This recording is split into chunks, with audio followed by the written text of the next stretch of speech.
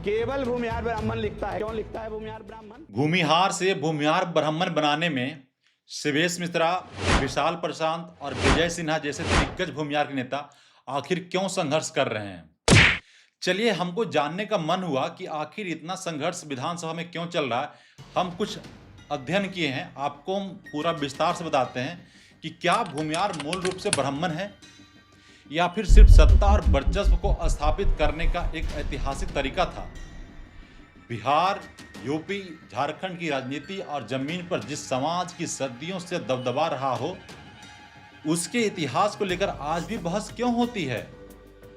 आज किसी भी सुनी सुनाई बात पर नहीं बात करेंगे, बल्कि कुछ इतिहास के पन्ने, ब्रिटिश लेखाकार और समाजशास्त्रियों के तथ्य पर बात करेंगे।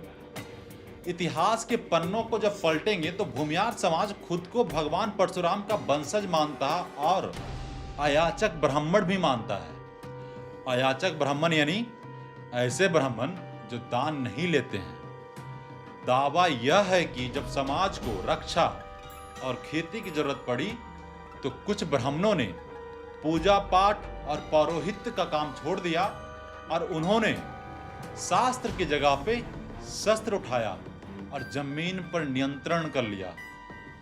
चूंकि उन्होंने भूमि का आहार किया, इसलिए वो भूमिहार कहलाए। चलिए, अब आपको समझाते हैं कि याचक और अयाचक ब्राह्मण कौन थे। याचक ब्राह्मण वो थे जो पूजा पाठ कराते थे और दान लेते थे, और अयाचक ब्राह्मण वो थे जो भूमिहार थे, जिन्होंने दान लेना छोड़ दिया और किसान और जमींदार बने। तो फिर विवाद कहाँ पे है? विवाद का जड़ जानते हैं क्या है? जड़ है कर्म बनाम जन्म।